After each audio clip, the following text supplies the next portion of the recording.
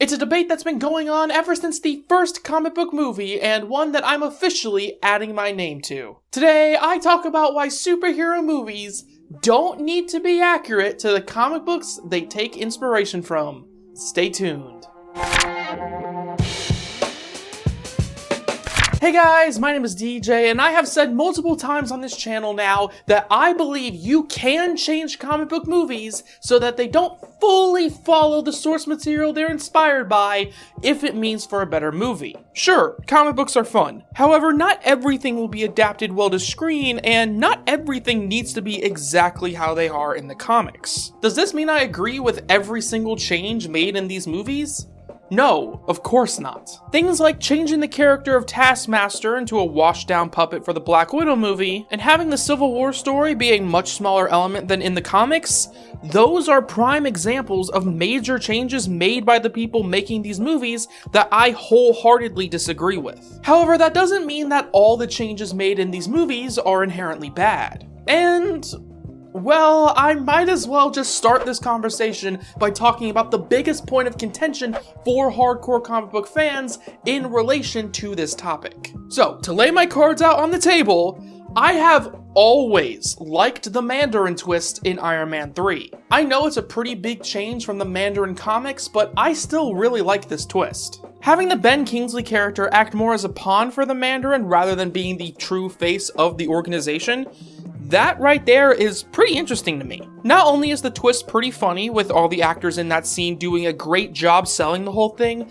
but I also think it makes way more sense than to have it be this Ben Kingsley character. Why would the face of a terrorist group broadcast their identity and create a huge target on their back when they could continue their work in secret? And that's not even really taking into account the real Mandarin villain we see later in the MCU during the Shang-Chi film. Oh, and I believe this twist makes for a better movie for a couple of reasons. It adds a little bit of comedy to the whole thing while still portraying this Mandarin group as intelligent. But I do understand that a lot of people don't really like this Mandarin twist in Iron Man 3. However, it does kind of infuriate me that a lot of people really hate this twist simply because it's a big change from the comics. For me, changes like the Mandarin twist in Iron Man 3 can be made if it makes the movie itself better. It just goes to show that not everything from the comics has to be adapted to the big screen, and not everything shown in these movies has to be a one-to-one recreation of their source material. You have to remember, these are two very different mediums, and they each require very different outlooks. Most people watching these MCU movies have only really read like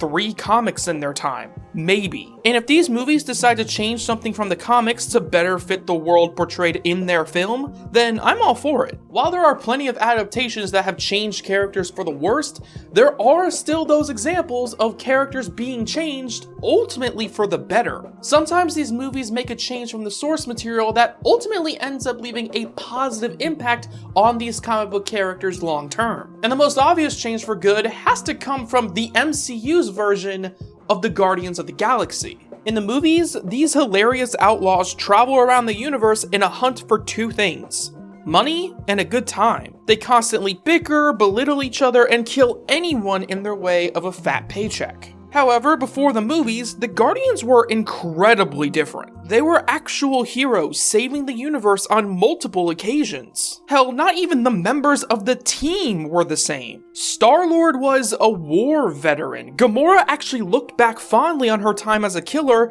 and hell, Groot could even speak full-length sentences. However, despite all those changes, the Guardians of the Galaxy have become a household name almost exclusively because of these changes. Since they are funnier and more relatable in this adaptation, the Guardians of the Galaxy have become perhaps the most interesting characters in the MCU as a whole. So when someone talks about how all of these changes from the comics are bad, I can't help but disagree simply on the basis of those Guardians of the Galaxy movies. However, there is something that those same people never really want to address when it comes to this argument. And that is the fact that there are times when the movies themselves have brought in things from the comics that didn't really hold up on camera. I know it's all a bit subjective, but there are times when these movies have pulled things from the comics in the hopes to make them more comic accurate, only to find out that that accuracy can bite them in the ass. Immediately, I have to look at MODOK as an example of this. While you could see MODOK as an example of the MCU changing its characters for the worse, with his character being completely awful throughout Quantumania, MODOK's design as this weird giant floating head only helps him in his path to being one of the worst MCU characters of all time. And that design is actually something taken from the comics. It's one of the only real comic accurate things about him, and it's gone on to be perhaps the worst thing about this god-awful character. Seriously, I can't stress enough how bad MODOK is, and the design he has as this stupid floating head does not help in the slightest. Again, it's subjective, but I actually think they should have changed this in the movie, or at the very least just left MODOK out of the film entirely, since he was probably never going to work on screen. And that goes for a lot of movies that try to adapt something from their source material only to end up finding out that it doesn't really work on screen. Because, shockingly, this comic book source material that us nerds all love can also be bad in their own right. And I'm not just talking about bad character design like MODOK here. People who tend to stand on that side of the argument, the side that's against making changes from the source material in these movies, those people tend to overlook the fact that there are a lot of things in the comics themselves that don't belong on screen. I mean, does the Joker really have to violate Barbara Gordon in such a disgusting way in The Killing Joke? I don't think so. Hell, it's even a bit uncomfortable when we see it in the animated Killing Joke movie. I can't imagine how gross that would be in a live-action setting. So before saying, I hate how superhero movies change everything from the source material, perhaps you should take another look at that source material you're referencing. Hell, the source material in question is notorious for changing everything within their own comic book continuities, with events resetting the universe happening seemingly every couple of years, like the New 52 and Secret War stories. These comic books in question tend to change things about their characters all the time, and if they can do it, why can't the movies? I'm not saying that you can't be mad when an adaptation for a character you love lets you down. Bad writing is bad writing, and I'm not disagreeing with you on that front. I'm just saying that maybe we should let these movies breathe a little bit before shouting our frustrations off the rooftops. Do I think the Riddler is ridiculous in Batman Forever? Yes. Do I still love this portrayal of the character with his bright and outlandish humor? Also, yes. You can have different versions of these stories if they fit in the overall context of the movie in a satisfying way. And I think a lot of hardcore, die-hard comic book fans need to remember that. Does that mean that the changes made in these movies are always going to work out well?